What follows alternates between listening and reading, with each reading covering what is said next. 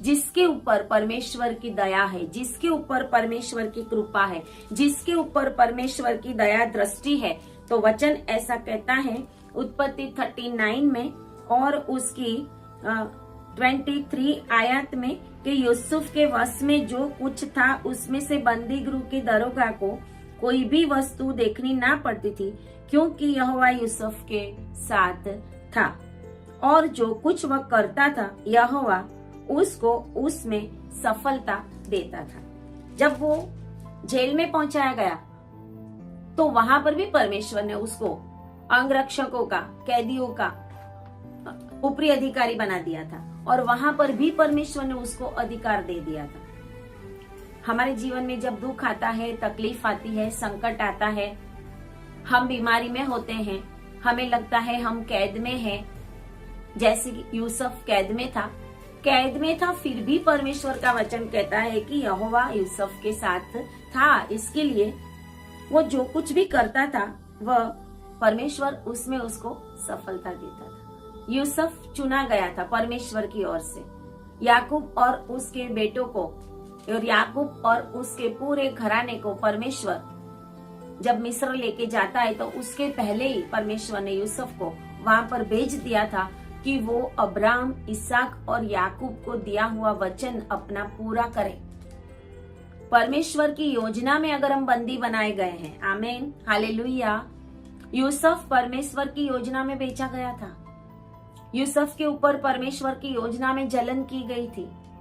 यूसुफ को परमेश्वर की योजना में बंदी बनाकर जेल में डाला गया था।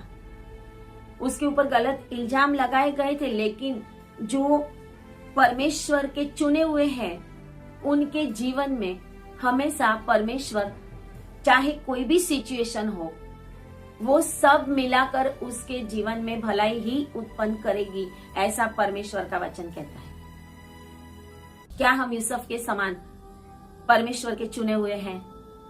क्या आप सोच रहे हो कि मैं दुख में हूँ, इतना मेरे जीवन में संकट आया है? क्या आप सोच रहे हो कि मैं बंदी हूँ, मैं इनमें से कब बाहर निकलूंगा?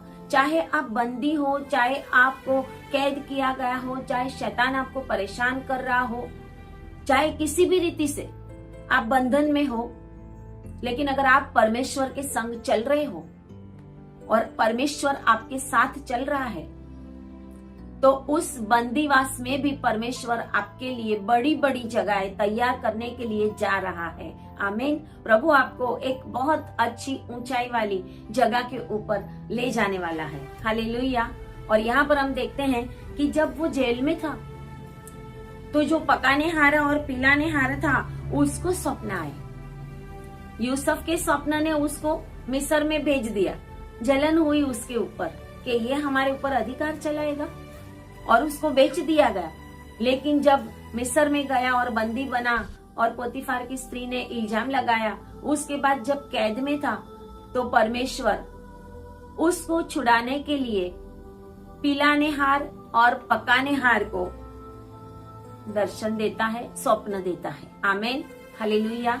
यहाँ पर भी किसी और का स्वप्न किसी और के लिए आशीष का कारण बनता है। स्वप्न किसी और ने देखा, लेकिन स्वप्न यूसुफ के जीवन के अंदर आशीष का कारण बन गया।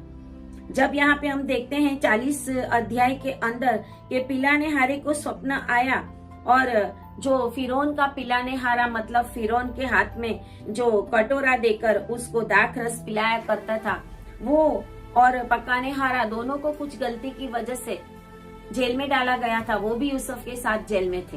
हालेलुया। और वहां पर दोनों को एक ही रात में सपना आया। और जब वो दोनों को यूसुफ पूछता है और फिरौन के उन हाकिमों को जो उनके स्वामी के घर में बंदी गृह थे, उनको सपना आए थे। और जब यूसुफ अंदर गया उनको पूछता है कि आपके मुंह के ऊपर क्यों उदासी है, तो वो यूसुफ को बोलते हैं कि हमें सपना आया है। दोनों ने एक ही रात में सपना देखा है। और यूसुफ ने उनसे कहा कि क्या स्वप्नों का फल कहना परमेश्वर का काम नहीं है? मुझे अपना अपना स्वप्न बताओ। हालेलुया। स्वप्न का अर्थ बताना परमेश्वर के हाथ में है। बाइबल का वचन कहता है भेद की बातें परमेश्वर की है, भेद परमेश्वर ही बता सकता है। स्वप्नों का फल पर स्वप्न बहुत सारे देखते हैं लेकिन उसका फल नहीं पता होता, उसका अर्थ नहीं पता होता कि इसका अर्थ क्या होगा। लेकिन जो परमेश्वर की योजना में है उन लोगों को परमेश्वर वो स्वप्न का अर्थ भी बताता है, और परमेश्वर ने जिनको इस वरदान से अभिषेक किया है वो उनका अर्थ बता सकते हैं, सारे नहीं बता सकते। और यूसुफ को वो वरदान मिला हुआ था क्योंकि यूसुफ परमेश्वर के साथ कनेक्टेड था। हालेलुया।